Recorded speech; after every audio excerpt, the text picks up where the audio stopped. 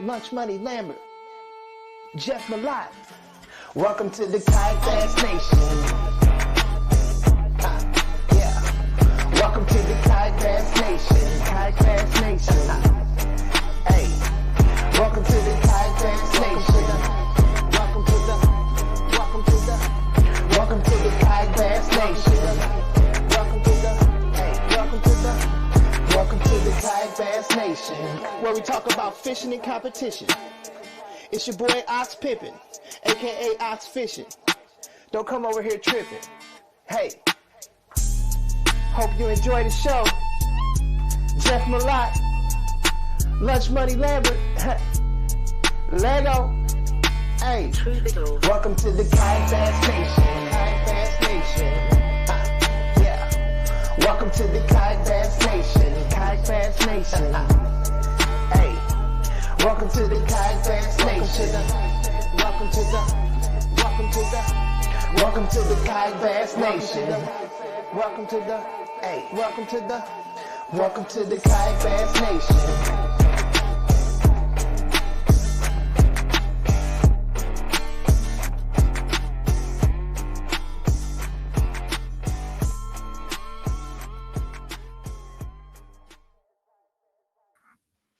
What is up, everybody? Welcome to KBN Live. Ryan, what's up, man? I'm on the struggle bus today. I think this cold front coming in has got my internet on Arkansas speed or something. I was glitching, so I had to switch over to the old cell phone service. Well, that's good. I'm coming to you live from the frozen tundra that is Arkansas. The Facebook photos flew around. Everybody from Texas, Arkansas, Oklahoma. We act like we're in Alaska all of a sudden. But we're doing okay. We're hanging in there. They're trying to freeze Texas to death, I think, aren't they? Yeah. I heard there was snow on the beach down in Galveston. I don't know if those reports are true or not, but bless their hearts. And they're cycling. Anyone confirm that? Any Texas guys, can you please confirm? They're cycling power. They're doing all kinds of stuff down there. I don't know. Crazy times. We got Brian. Was it you that posted that meme today? About them cutting open cows to stay warm? Yeah, with lightsabers to stay warm. It's just like the old Tauntauns for the Star Wars people from back in the day. Wasn't much happening this weekend, man. I mean, I think there was a Queen City event, pretty big turnout for them. I think they had 108 at their first event. And when I first looked at it, I thought, man, what a horrible day of fishing. There was like 70-something inch limits. Then I realized they do 4 fish. So shout out to Chris Goodwin for winning that one, 74.5 inches on 4 fish, which is pretty good. Yeah. And Joey Randall, they said this is like his millionth second place. Apparently, Joey just can't put it together in the Queen City deal. But I mean, if you take a season full of second place finishes, that's pretty solid for anybody. So yeah, I'll take it anytime. I take that anytime. I always like to sprinkle a win or two in, but second place is all right. And Joey, I know he just came off a heartbreaker down there at Seminole. He struggled a little bit, so it was probably good to go home and catch a few fish. Yeah. I think a lot of us had a heartbreaker on Seminole, to be honest with you.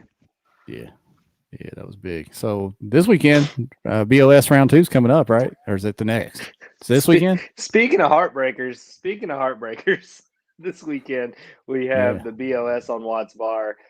Luckily, I just heard on the live stream with Jordan Marshall, AJ announced that they're actually moving the launch time back 2 hours.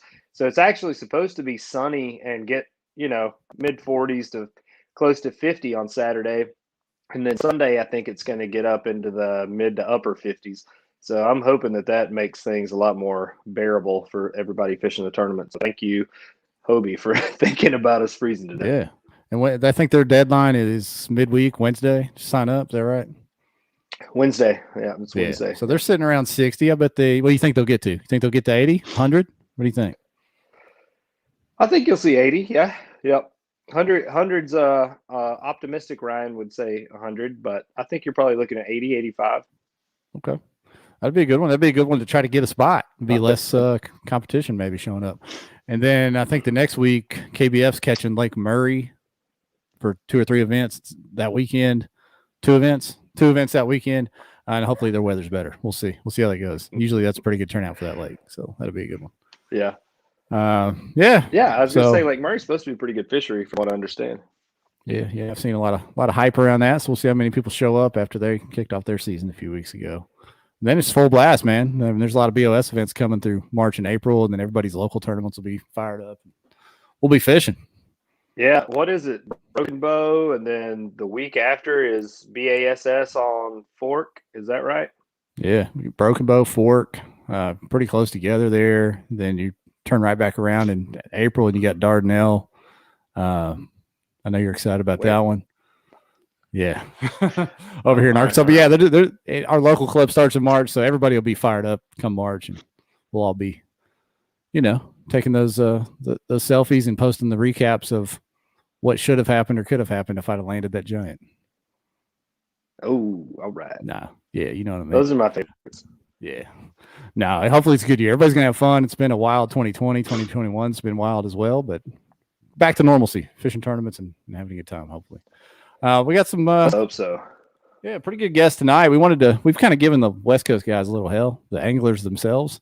So we wanted to have a little West Coast flavor tonight with the show and bring on a West Coast angler that won the championship out there for the Wild West Bass Trail. And then we had Jeremy on, I guess it's been about a year ago before the Wild West Bass Trail started their kayak series. We had him on and talked about it. We're real impressed with him. So he's back on too to talk about that. So we say we get those fellas on here.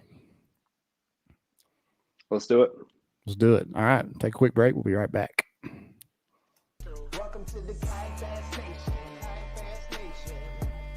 KBN Live is brought to you by Western Sun Vodka.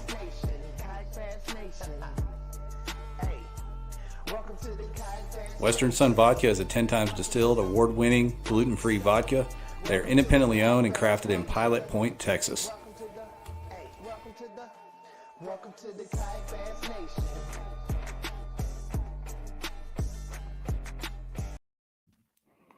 All right, what's up, fellas? Griffith? How we doing? Yeah, thanks for taking the time to join us, man. I know you guys are out there on a different time zone. May have had to hustle to get here, but we appreciate you guys. Oh, no problem at all. Thank you for having us. Yes, sir. So it's been a little bit. There's been a lot of stuff happened since we had you on, huh, Jeremy? Oh, I will say that. It's been a bumpy road, but a successful one. And gentleman here is one of those success stories, so that's a good thing. Yeah, Ryan, if you remember, we had him on before. I guess that was pre-COVID, talking about the plans for the 2020 season. Yeah. And then all that went down, and they wrote it out just like the rest of us and made it happen. So, Jeremy, give us a little recap of how that went. Go out there. What were some of the growing pains? Well, we were off to a great start. We had committed 112 anglers to compete for the season, and then COVID hit just like everywhere, and it required us to make a lot of changes. In California, with the permit process, it's kind of a ripple effect because now everybody has to change to obtain new permits and locations and such. So that was interesting. We had to maneuver around that, but at the end of the day, it was a successful season. We have a lot of loyal West Coast anglers, a lot of kayak anglers across the board. We averaged 72 per event, which we thought was pretty strong given the circumstances. Yeah, that's good. Yeah. Yeah. Initially, you had a little more of a sign up push when you had a cap in place and you guys had a lot of folks sign up, but COVID obviously derailed that a little bit, right? Yeah, that took it. Well, life happens. I mean, people ended up sick, lost their jobs, relocated. A lot of different things took place there, and being sympathetic to the circumstances at hand, it was one of those things we had to work around, and we still are working around it in some fashion, even though it's getting slightly better. So yeah. So Griffith, are there any changes, like big changes that you guys are going to make? Well, we had to really. Sorry, Jeff, I've got a this is kind of bringing in. No, you're good. Just kind of bringing in some big boat stuff, but it's good information across the board. We had to adapt and develop protocols that would be acceptable to not only fish and game, but then also counties and cities and Forest Service and whatnot. So that was kind of a significant growing pain to find out what would work and how we operate. So across the board, we had to change it per location. Each location, different county, had different rules and regulations, and California is a little tricky. So we were able to overcome that. Arizona was the same way, but it did change significant amount of stuff across the Northwest. So up in Washington as well. So it was a learning experience. Some of the things, to be honest with you, probably we were able to adapt, and we'll keep those because they are beneficial and it helped us become better. You've got to learn and adapt and implement right away given the circumstances. So I think that all in all is pretty successful, and it's a bad deal, but it was good for a business side of things to learn how to navigate through those things to provide the best for our customers and our anglers. They adapted too, because a lot of new protocol, a lot of new rules, a lot of regulations that came in, and our guys just wanted to go out and fish. And so that was helpful too. It's like, hey, at the end of the day, whatever helps to maneuver through this process, we're here for you, and that we applaud them and thank them for that. So Awesome. Griffith, as an angler that has a lot of options out there on the West Coast, your first impressions of fishing the series. Obviously, you won their championship, so you finished it on a bang. But what did you think of the series as a whole from an angler's perspective? Yeah, of course. Thanks. And just to start, Wild West, it's a great name. You know it as an angler here in California. So I was initially really excited to find out that they were moving into the kayak game. So that was, of course, just had to sign up for that, get on the wait list, and was a little worried about the 100 angler cap initially. I figured that there'd be so much interest in people signing up, but once I got signed up, the communication was great from the tournament directors there. So just even though there's so many moving pieces with COVID and locations changing, things like that, communication was top notch from everyone. The support from the directors was really great, and that you're fishing against some of the best guys from a kayak in California. So really awesome opportunity. Yeah, Ryan, I don't know if did you look at any of their leaderboards to see some of the names? It's kind of the familiar names that we know of that sometimes travel out here. You had Greg Blanchard and Abel and David, however you pronounce his last name. A lot of those guys that make the trip out east. Barofa, New Dave. Yeah, we call him New Dave. Yeah, New Dave. A lot of those same guys were on that list, so it was a stout field for sure. Yeah, certainly. And who was the AOY out there? Damien Powell. Who's a hammer punch anywhere he goes. Yeah, he made some waves did he come to the Natty and do pretty good this year? I thought I saw his name up the list for a little bit there as well. So nationally recognized name for sure. Yeah. Me and Ryan, when we talk on here and on our group page, there's a lot of chatter about why the BOS and BASS can't make it out to California. So it's really great that the Wild West Bass Trail has kind of filled that void, to have an elite type series out that way, because it's just tough geographically for the other series to make it out there all the time. Yeah, I understand the distance and such. Steve Melander, the tournament director, and Moo, they do a great job. Dwayne Wally with Tourney X has been very instrumental in providing a platform that helps us be successful. I will say that with the anglers in the West Coast, and it goes along the big boat side as well. There's a lot of, and I say this because we're going to be bringing in a lot of media this year. That's one of our changes. We hoped to have had that last year, but given all the regulations, we had to scale it back for proximity and social distancing and all that jazz. So, but in saying that, when we have a show that's filmed for Pursuit Channel or for an Outdoor Action TV or Fox Sports, majority of our viewership, probably 60 to 70%, come directly from the Midwest and the South. And it's very interesting, and they will attest to the fact that they actually learn from our anglers quite a few different things. And a lot of guys and a lot of our pros on the big boat side, you've got one, Skeet Reese, who just won yesterday for the MLF. And then you've got John Murray, you've got Jerry Littner, you've got a lot of the big time names, Greg Gutierrez on those side, on the big boat side. So they've learned and adapted all their fishing techniques. And I know a lot of our kayak guys, and I'm getting to know them more. They know how to fish. It's really encouraging to see. And the gentleman we're speaking with here, he evidently knew how to make it happen. So that's a good thing too. So we're proud to have them, and they do a great job to help support the Wild West. Yeah. Ryan, I'm not sure if you've caught any of their shows on Roku or wherever you might stream your stuff, but like he said on the Pursuit channel, I went through and watched some of the WWBT shows, and you guys put on quite a production. So talk a little bit about that, and is there plans to bring that to the kayak side? Yeah, we're going to be bringing, we'll have some boats going out there to chase the kayak anglers around. There'll be a few different changes to ease the opportunities for the kayak anglers this year.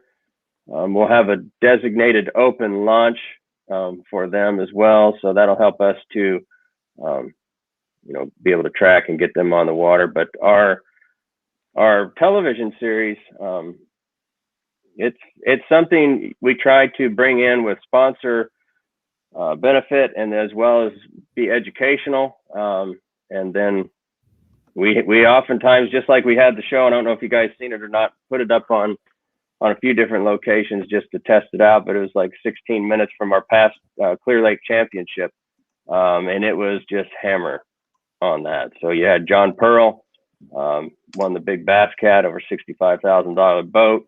And it was all the guys you'd expect to be there in the top 10. It's quite a show. So in filming those for the kayak series, I think we'll be able to really promote the angler and their sponsors, give them that platform that they haven't had out west. So that's our goal. We want to be there for them, and I know in return we'll make sure that sponsor obligations are met and really bring some value to what they do out here. Yeah, you're talking the language that some of the serious kayak anglers want to hear, for sure. Mm-hmm. So as an angler, what was your favorite part, fishing this series? What really stood out to you different from the other trails that you had fished? Yeah, great question. So I think, of course, the big name of Wild West being able to fish in that series. Also the variety of venues, of course, Clear Lake, but you had the Delta, Don Pedro, and Lake McClure. So just a variety. And as an angler, you really need to prove that you can fish well at all those places here. And for me personally, I didn't have much experience on those other bodies of water. So getting out of my comfort zone and going up against some of the best, that was awesome. And I probably wouldn't have gone and fished those lakes if it weren't for WWBT. Where do you fish primarily? What's your home lake? Well, recently Clear Lake. Now that I've had some success up there, it's about 2.5 hours out of Oakland. So head up there. I love going to Lake Berryessa, fish the Delta sometimes, but this upcoming season for Wild West is looking more favorable for at least some of the places that I've had some more experience on. Nice. Yeah. One of the cool things about you guys branching off into the media coverage for the kayak side is, like I said, some of the trails like Hobie or BASS, they can't necessarily bring a lot of events out that way, but there's a lot of anglers from the Midwest and Southeast, just like there's a lot of West Coast anglers probably that would love to travel and see those areas and fish them. And you guys are giving those people, a look at those bodies of water and seeing kayak anglers fish them. Maybe a little carrot for them to try to make it out there sometime, or at least get their eyes on what's available out on the West Coast. Mm-hmm. Yeah, I do have a question. And given the circumstances from an angler's perspective, when you fish those bodies of water that we're going to, do you feel that the practice is a benefit, or do you feel like the just the way we have it, where it's off limits and such, benefits you and makes it more able for everybody, I guess would be the word? Yeah, I think that practice is a benefit for the anglers, especially kayak guys. Some of us, might have not been to that lake before, so being able to actually go practice instead of just the day before being able to practice the week before, I think that only benefits the anglers. And one thing about the kayaks too, I think, we're a little bit more stealthy, so I don't really worry about having 50 kayakers out there pre-fishing and, blowing out a lot of these spots. I think, leave it open to pre-fish before the tournament. Explain your practice rules, Jeremy. They're What's a little bit your different. current setup on the pre-fishing? So we've always had where we provide a week off limits, and then for the kayak it's 1 day of practice. So that's on the big boat side of things. Our teams are 1 day, or I'm sorry, no practice for California, Northern California, Southern California, and Arizona. It has 1 day. Currently, that may change a little bit later, but circumstances are a lot of our guys are working folk, and it gives them an opportunity when they go out and they may travel 3, 4, 5 hours to those lakes, evens the playing field. With our Pro-Am series, we always allow 2 days prior to the event. So yeah, that's just the mindset behind it. It just gives everybody an opportunity if they're traveling from Southern California up to Northern California, and that's where our events are, that they can leave work, drive up there and make it for that morning if that's what they choose to do, or take the day off, and it allows them to get back and compete at that level. So that's been the process behind it. But yeah, I always like to hear different things. We always throw out questionnaires every year too, and help to identify with our anglers and see what their thoughts and feelings are in regards to things that we do. So Ryan, I'd say that'd be a hot topic. That's been a hot topic nationally. Mm-hmm. You guys encountered that back there? That was a hot topic. Well, they put up a poll. Hobie specifically, AJ is really good about getting feedback from everybody. After the season, what rules need to be changed and whatnot. And that was one of the things that I mean, there was a ton of feedback toward was an official practice period, but you got a lot of pushback from people that may not have jobs that restrict their travel. So they're like, why are you punishing me because I can travel? And I don't know. Personally, I like the idea of having an official practice period. I like 2 or 3 days before the event, make it off limits before that, a couple weeks. That way, like you said, it does kind of even the playing field. And these people that can camp out on a lake for 2 weeks, they are kind of kept in check a little bit more. But that didn't happen, unfortunately. So I like that you guys are doing that. I really do. I don't know, 1 day, 2 days, I can see that. Giving the working man a chance to be able to compete in these larger events. I like it.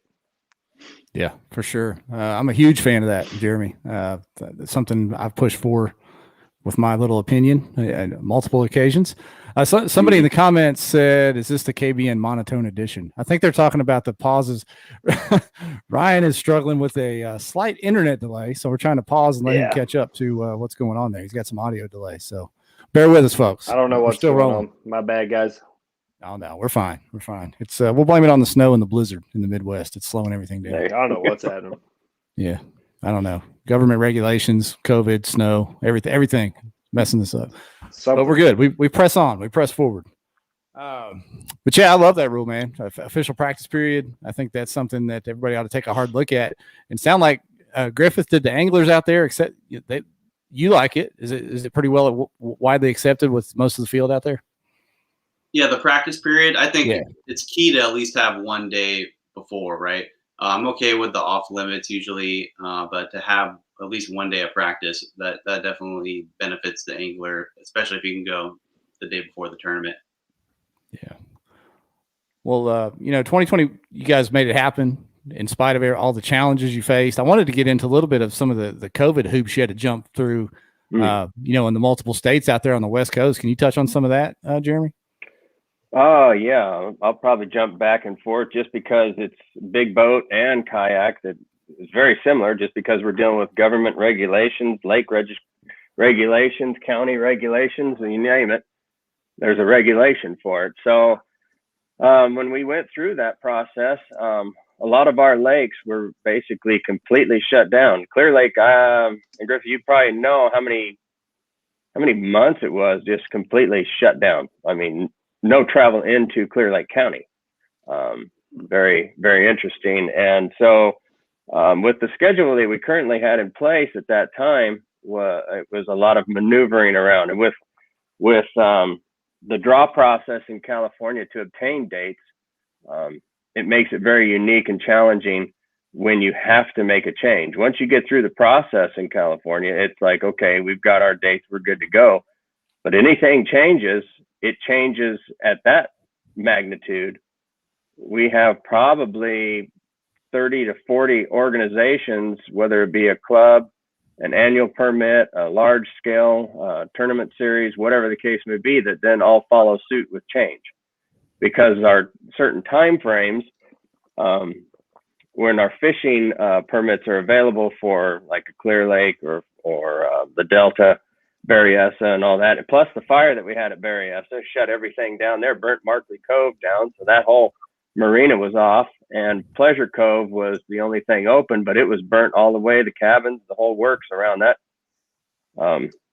lake. And so it was just, we had to change a lot of different things. And at that point in time, when you start doing that, you start to get politics involved, unfortunately.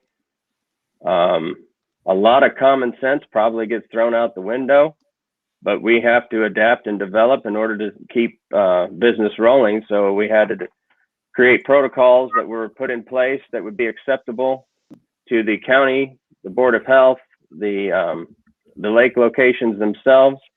The Game and Fish Department never shut down our permits, but the board or the Department of Health could shut down anything at any given time. So circumstances being with Board of Health or an Army Corps of Engineer or those lake locations, when you have to think about where we're going to go, and okay, is the county now in a lockdown?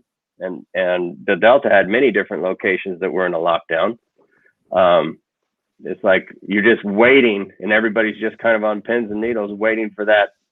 Maybe it's a week advance notice, maybe it's 30 days, maybe it's a few days, and we've even had experienced some of that this year. So it's not in the clear 100% yet, but at least we are able to have events. We just have to be creative and make sure we follow all the guidelines, and they are very strict, but it helped us to adapt maybe more efficiently, as I said. So, without getting into too much detail about the politics side of things, it's like, we just know that we have to work through it. And if we follow all the rules and the guidelines that they have there and get the right people to back us, that things can happen and we can continue. So it's kind of Griffith, strange. With you winning this big event, how soon before you leave California to come fish for the rest of us? I'm thinking about it. I've wanted to. I wanted to make a trip out there. Some of the guys in Texas are just in Florida or catching giant fish. So eventually I'll make the trek. But yeah, I work a 9-to-5 job, and with Wild West and a couple of the other tournament series we have, it's tough to make the trip out there and get time off of work. But things keep going well. It's going to make it easier and easier to make the trip out. I mean, literally just move out of the state and come pitch a tent down here on the Tennessee River. I don't know about that yet. We don't California have all those rules and regulations, lakes, right? Like we can fish anywhere. It's awesome. Yeah, we don't have that permit to go fishing. It's crazy. I'm still getting used to some of the different things. Like we've got still, we talk about these tournaments people go to. We got people out of Canada that can't cross the border because they can't go home if they do. Same thing up in New York. And I know out there on the West Coast, it's similar with the, we'll call it the bureaucracy. That'd be a good description of it. That's safe. Yeah, safe. Something like that. Correct. You guys don't have to pay $15 for a zebra mussel inspection, I'm guessing. Oh no, man, no. Ryan pays $15 for some inspections. Yeah, it's not a zebra mussel. That's not what that is. Yeah, that's interesting. Some of the fights you guys have to go through. Sorry, man. Sorry.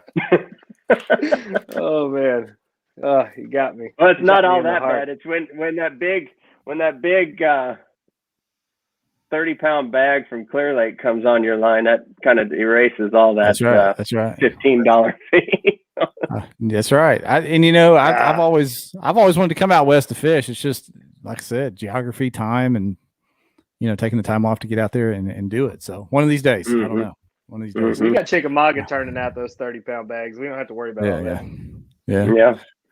It's California, or I shouldn't say California, the West Coast. It's obviously a huge market. It's got its own legendary bodies of water.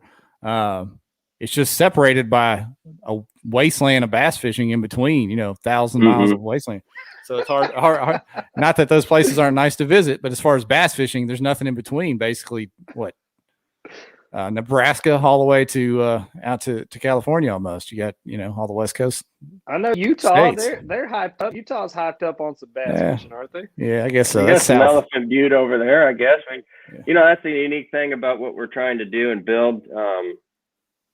Not only Wild West kayak series, but across the board, we were introducing the Apex Pro Cup series this year, and so that'll enable us the opportunity to branch out into those lakes that may not be well known, but they are West Coast or Western lakes. And in doing so, we showcase that, and then eventually kayak follows. And Shasta, it didn't used to have the traffic in the January and February months as it did until we were consistently drawing 150 plus boats there. I think our biggest boat count was 236 on a team derby. So when that started to take place, then other organizations took notice and then started planning and preparing for those in their own schedule. So I think if we can kind of set the standard in going to these places and learning and letting our anglers get more versatile, and that's what it does. I mean, we plop them into an area up in Washington or Oregon, Idaho, Nevada. I mean, people are scared of Mojave when they hear it just because of the wind gusts that go in there, but there's 3.5 pound smallmouth average on that lake. So, and that's right. Basically it's a river, but they have it dammed up. So there's a lot of opportunity out there. We just got to explore it and put on a good show and make sure that the anglers are going to love it once they experience it. Obviously the numbers are there. I've heard on multiple podcasts, I think Bass Talk Live not long ago, they were talking about when they did have some Elite Series events out there, the attendance was off the charts to the weigh-ins. The excitement was crazy. It's just, like I said, tough to get out there. And before I get killed in the comments, I didn't mean those states between Southeast and the West. Up on yeah. I didn't mean they're a wasteland. They're beautiful places to visit. Just they're not known for bass fishing meccas for between here and there. You know what I mean? So it's just that big gap between anglers. So leave me alone. Leave me alone. But yeah, I think, like I said, your media coverage, that's something else. You're putting eyes on some of these places that maybe some people didn't hear about. Well, that's our hope. And, John Allen wants you to drink beer out of your trophy, Griffith, so he can take you seriously. Oh, yeah. You got a cup like that, you got to use it, man. I've had that thought once or twice, but I've kept it clean for now. He's waiting for that camera to pop around the next time. Right? Yeah. That's right. There you go. Well, Jeremy, tell us a little bit about what's coming in 21. Now that you guys have kind of learned from 2020 and are moving into 21. Oh, well, it's going to open wide up for us. Hopefully, cross our fingers, and we don't have another round of COVID, even though it is real, affects everybody differently. I'm very sympathetic to it. But our schedule is pretty strong again, and the times that we're going to these locations, even though it's similar to last year, they're going to catch some great fish. So we're going to California Delta in April. We're going back to Berry. We did not get to go there with COVID last year, so we'll go to Berry on May 2nd. Everything willing to open up there. Clear Lake in May 23rd. And then we'll go to Don Pedro on June 13th, and we'll have our championship at Lake McClure. So the unique thing that we're going to be doing this year, and Tim Arthur has been instrumental in helping with this, is the Clear Lake May event will be basically a weekend festival where we'll team up with the bass side to provide their only qualifier to go back east. So there's a lot of details there. Check our website for more information to follow, and hype built up on social media and such for that.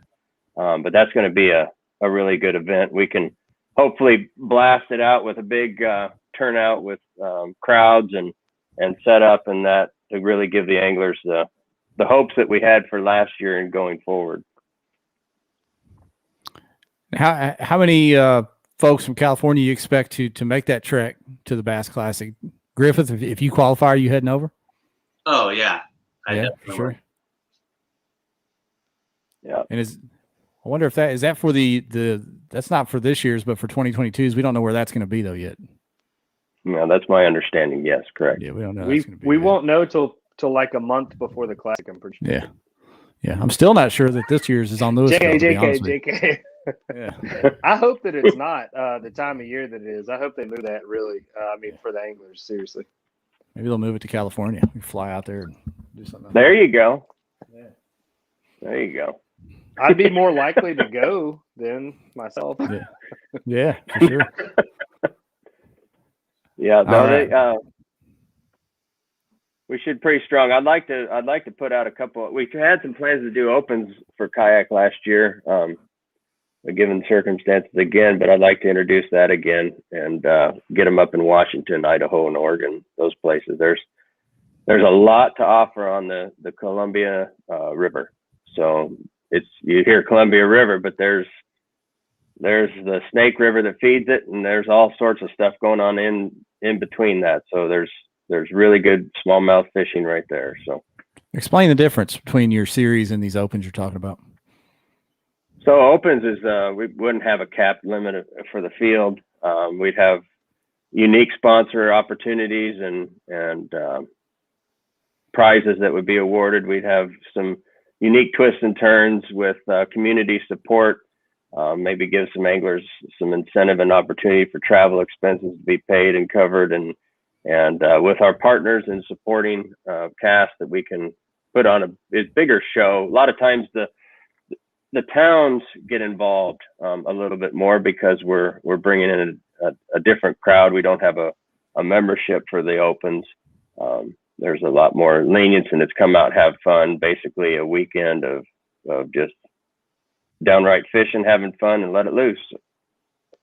Yeah, The other series is qualifying and more on that serious level and following points and so on. So yeah, much needed. Yeah, much needed. If you guys are in the crowd watching on either Facebook or YouTube, please shoot us some comments or questions you have for either one of these folks that took the time tonight. For some reason, some of the avatars coming through, it doesn't show their name. It just says Facebook user and YouTube user. So I don't know what's going on with the software, but I'll still get your question across. That was happening on the Hobie feed earlier. I made a comment, or I saw a couple comments. It just came up Facebook user. I think there's something going on in the World Wide Web tonight. It looks like. The web. The web is jacked up tonight. Everybody's got egghead profiles. Some of them look better, so that's okay. Oh, yeah. Keith Martin. Oh, ta-ding. Hey. So, we've talked about sponsors and value to the anglers and value to the actual events themselves. What kind of value did the sponsors you pull in? Did they really experience what the kayak side of things could bring? Were they impressed with the value they got back for supporting that? Yeah, I think so. And, the unique thing, I'm glad we're touching on this topic for kayak this year. We've got Bridgeford Foods that came in to support us. They're out of Illinois. They do have locations in LA and a few other various areas across the states, but that's a big non-endemic for us. It brings opportunity in full force for our kayak guys. Anytime you bring in a non-endemic, it really strengthens the backbone of the series. So that we have Garmin on with us this year, and Garmin's huge opportunity with the technology, as everybody knows, and basically you pick and choose where you want to plop that fish from anymore with the Panoptics and what's going on there. So we're pretty happy about that. Amanda and Rich have been really key to work with, and And it's going to be another one with Power Pole. We've got them back again. We have a new sunglass company, another non-endemic, and that's Torch Eyewear, with Lewis over there at Torch. So we're happy for that. It just goes across the board, and we did have every year you have a few little changes here and there, but it provides us a pretty strong opportunity to supply our anglers with more incentives and contingencies. And that's what we build on, a lot of contingencies. Every time I try to do a program or a deal with a partner, we try to attach a contingency, because it's all about sales at the end of the day, advertising and sales for our sponsors. So for instance, with Garmin this year, they're going to be providing an additional $500 at the championship for anyone first place out of the it could be the winner or down the field that is got a Garmin unit. So we're happy about that. So lots of different things that can come about there, and we're not done yet. We've got a lot of media coverage, a lot of new writers that have come on board that'll help promote the anglers. They should be expecting, phone calls to really build their brand and their platform. So when they go out there, then they become a national, well-known name when they get back into your guys' world. So, yeah. Griffith, have you seen that trickle down to yourself or the anglers, having that exposure to be able to leverage that for support for yourself? Not so much necessarily for building my personal brand. Of course, just building a network of the anglers that are out here, it certainly helped with that. When getting my name out here, the sponsorships isn't quite something that I've started to pursue yet. Definitely open to that idea, but the sponsorships that Wild West had last year certainly made it just better for me. I think I won one of the Yak Attack prize packs at the end of one of the tournaments, and that's just like a great thing that wasn't really expecting. And then of course with Headwaters Kayak Shop sponsoring them, I got a free kayak out of that for winning the TOC, so that definitely helped. And what kind of kayak did you get? What did they give away last year? The Slayer Max. Slayer Max. All right. Yeah. Mr. Lambert knows a thing or two about that boat. I'm familiar with that boat. Yeah. I noticed he said TOC. That means we got two TOC champs on the screen simultaneously. Pretty strong. Yeah. True. Yeah. Good stuff. Let's see. We got questions from the crowd. Oh, no, they're just talking smack to Ryan. Never mind. Yeah, sorry about that. Yeah, never mind. Everybody's favorite hobby. Yeah, they're giving Ryan hell about his lack of electronic usage. It's that Michael Breckhead, the dude that posted the meme that started all this stuff. He's like right. 14 years old out here talking trash to me. Is he the one with braces still? Boy. Is that him? Mm-hmm. Yeah, I got you. Yeah. I appreciate you mixing it up. Week. He's going to be ready to roll. Appreciate you mixing it up. Yeah, we appreciate him trying to mix it up a little bit. That's fine. Oh, man. Yeah. But yeah, if I'm looking forward to seeing the stuff you guys put out this year. Looking forward to seeing what you put on the Pursuit channel, because if the snow sticks around any longer, that's all I'm going to have to do. I need the stuff to thaw out. Yeah. Then you will be ready to come out west, huh? I know. I've got to go southwest or something. My wife ain't having it. It's pushing it on this one. Yeah. Thanks, John. Appreciate you, brother. Yeah, anything else you guys want to cover before we wrap this up tonight? I know we've had you about 45 minutes or so. We don't want to keep you hostage out there on the west side. Just continue to follow up with us and follow our Facebook page. We do a lot of updates and content there. If you want to, we've revamped the Wild West page. We're also going to be creating a few unique things for our kayak anglers separately, similar to what we're doing with the Apex side. So we want to make sure that it becomes a working, significant platform for them. And, all of our sponsors, they take recognition into what transpires through the year. They do pay attention. They do notice people and anglers by name. We are very unique and knit with our sponsors, so it's very helpful in that regard. So for those that need help or would like to know more about what we're doing in the West Coast, all you do is just follow on there, and it'll be a great opportunity to learn that information. Yeah, Katie's throwing all the links in the comments as usual. Appreciate you, Katie. So, Always anything else, killing it, Katie? Good job, good job. Griffith, anything else you want to get out before we wrap this thing up this evening, buddy? No, I appreciate you having me on. Keep trying to support the West Coast anglers. We got a lot of good anglers out here that I'm sure would love the opportunity to interview and be on the podcast. So much appreciated. Yeah, for sure. We've had a few on, and I'm sure we'll have a few more. Before the year's out. We try to keep up with it out there. Yeah, thanks so much for the opportunity, gentlemen. Yes, sir, for sure. Well, we'll be looking forward to watching the Wild West Trail, and we'll be looking forward to watching this weekend with Ryan on Watts Bar, man. Well, I'll say, Clifton asked a question on KBN earlier. Should he pick me or Jake Harshman to fill his fantasy team? Clifton, I'll tell you, I have been in a lot more fantasies than Jake Harshman. So that should answer your question right there. Put me on the team. Let's go. Boom. Put you on the team. Good luck this weekend, man. And gentlemen, once again, appreciate your time. We're going to wrap this thing up. Thank y'all for watching. We're out of here tonight. Thank you so much, guys.